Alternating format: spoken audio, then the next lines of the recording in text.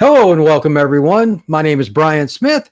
I am the publisher to Inside the Knights on Fan Nation, powered by Sports Illustrated. And this is my podcast, The Daily Knight. And today we're going to talk about one of the best players, in my opinion, in all of college football, Isaiah Bowser, who is obviously the running back for the UCF Knights. Here's the thing about this episode. I'm going to talk a little bit about what he's done this year, just as a player, not going to get into all the stats. He's obviously missed a couple of games. But we're going to talk about who he resembles at the next level and how he's going to help himself by the end of this year with how he's playing to make it to the NFL. Talk about the guys that all around are like him. They're not a lot in college football that he's competing with to get drafted.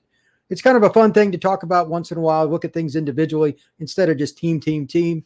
So let's get after it right here. Which player or players do you think at the NFL level that are all-time greats that resemble the style of play that Isaiah has, or vice versa, however you want to look at it? For me, there are two guys that came to mind, looking at some stats, kind of going through my head, watching guys growing up, and those two players are as following. First off, Curtis Martin, played at University of Pittsburgh, then he went on to be a New York Jet, bounced around the NFL a little bit, but he ended up with over 14,000 yards rushing. He's currently number 6 all-time in the NFL for rushing yardage. That's incredible. He's a guy that was, thought was going to be pretty good in the NFL, but nobody really thought he would last more than 4 or 5 years like most guys. That's a lot of rushing yards. His exact total was 14,101 yards, and he scored 90 touchdowns. That's a lot of touchdowns. Averaged 4 yards a carry for his career. This is a guy that could catch the ball, he could block, and he was clutch on 3rd down and 1. He's that guy that everybody knew he was going to get the ball, but everybody knew he was going to get the ball, and he was going to find a way. Even if he had to make that first man miss, and it was a great tackler, he found a way. That resembles Bowser, and it's why I like watching him play for the Knights. There are plays, even though they've got a good offensive line, where they're not going to be perfect. Somebody's going to come free. Somebody's going to make a play. It's life. No group, no player is perfect. They're going to miss blocks too. He grinds out those 2-yard runs. Doesn't sound flashy, but it's better to be in 2nd and 8 than 2nd and 12. That's Isaiah Bowser. Second point about him, much like Martin, he'll catch the ball. 2nd down and 5 is better than 2nd and 10. Running backs that don't have good hands, and there are many, hurt their football team. Bowser does a very good job of finding a way to get into the soft spot and catch the check down and make yardage. They haven't done it a ton this year, but he's been consistent. With that, there's one other thing as it relates to the passing game that makes him the most valuable, quite frankly, to an NFL franchise. The ability to pass protect. NFL running backs that don't pass protect well don't stay NFL running backs. I don't care how fast you are, how strong you are, how good your vision, or how your ability to just score any way you want to call it. I don't care what that is. If you can't pass protect, with today's rules, and more importantly, with today's NFL contracts for quarterbacks, bye-bye. You are gone. The NFL is a passing league. You have to be well-rounded to last.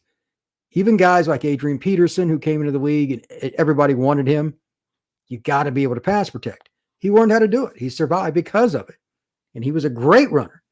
Now, with that, before I go into segment 2, here's something to think about. Out of all the running backs in college football right now, and there are a lot of good running backs, as it relates to the NFL, how many of them off the top of your head do you go, this guy or this guy, maybe a couple of them, truly fit the NFL better than Isaiah Bowser? A few guys that I would at least put in the conversation are the 2 running backs at Georgia. Cook, good football player. I don't think he's quite lived up the expectations I had for him coming out of high school, but he's really good. Zeus, his teammate, they call him Zeus, Amir White at Georgia. I think he could be a good NFL running back. Robinson over at Alabama is good. The running back at Iowa, I love him, Goodson. He doesn't have a ton of help this year at the offensive line, but he's a talented player. Bijan Robinson at Texas, but he's got to play another year before he can get into the NFL, so he's not even eligible for the draft. Then there's a certain young man at Michigan State that's big time. If you haven't figured out who that is, just look it up. Just type in Michigan State running back. That's all I'm going to tell you. Tremendous player. Great story. There are a handful, and there's probably a couple others. Kyron Williams at Notre Dame, definitely. He'll probably come out. Very good all-around running back, but he's not as big as Bowser. Do any of these guys deserve to go higher than him in the draft? In my opinion, no. I think Bowser's just as good as any running back in the NFL draft for this next year, based, on what I know and what I see. And I've watched a lot of them. Maybe it's just me. Maybe it's because I get to see Bowser every time he plays in the bounce house, but I think it's a pretty easy case for him to be the top running back off the board. But with the NFL, it's just impossible to predict that kind of stuff with the running back position as it is. Before I go into segment 2, one other thing, note that this is a league that is just predominantly about the pass. When you think about running backs, if they did not catch and do not block, I don't care what they do as a runner, they've got to do those other two things. Now, segment 2. The other player that I really like to compare Bowser to is a former Miami Hurricane and one of the all-time greats in the NFL, Edgerrin James. Tremendous football player for all the same reasons I mentioned Curtis Martin, and for that matter, Bowser, well-rounded. He would find a way on 3rd and 1 to get yardage. Led the NFL in rushing a couple of times. That puts things in perspective. Unfortunately for him, all that work he put in with the Colts, he was 1 year short. They got rid of him, and when they did, that next year they won the Super Bowl. I believe they still gave him a ring, but in 2006, the Colts won it. James was that guy that kind of helped them get to that edge. They were close. And then they finally did. But he also found a way to make it happen. Not just with running the ball. He caught it and he made sure that he blocked for Peyton Manning. As I mentioned in segment 1, the guys that don't block for the quarterback are done. Bowser's size at 225 pounds is going to be a huge advantage. James played at 215 to 220, somewhere in that range. At least that's what he was listed at. And he's a guy that kind of took care of his body his own way. He had a trainer with him, literally, that he paid 24 hours a day because he might lift at 2 a.m. Really unusual guy.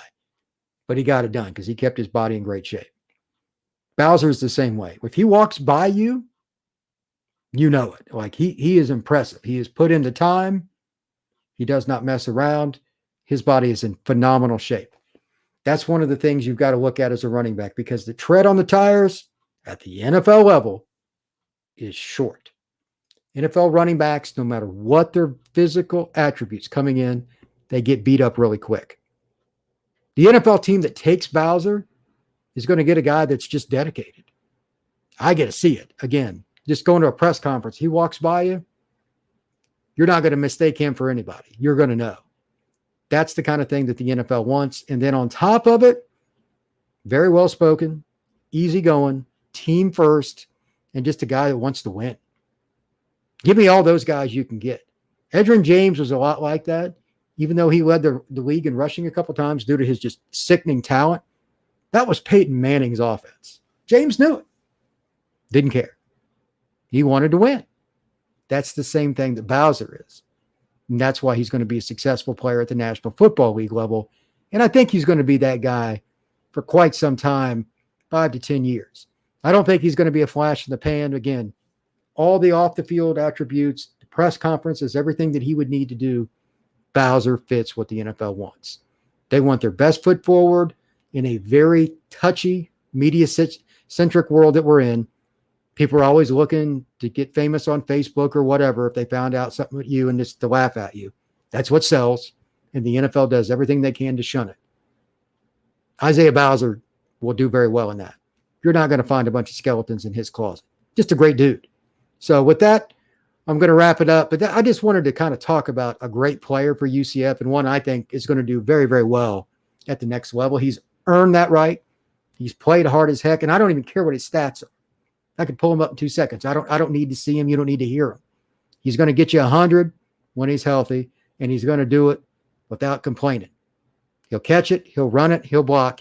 He's a great football player. Got a lot of things coming up this week on Inside the Knights. Going to be some more recruiting stuff. Going to talk a little bit about the running back position in general. Just kind of make it a theme this week, doing a few things on some good players. Trying to look at college football. Walker, the kid at Michigan State, somebody I'm going to talk about a little bit. But it's just fun looking at college football and how these guys project to the next level. Running back is the biggest crapshoot out of all the positions other than quarterback because of the injury bug, but it's still fun to talk about. Everybody have a great Monday. Thank you very much, and take care.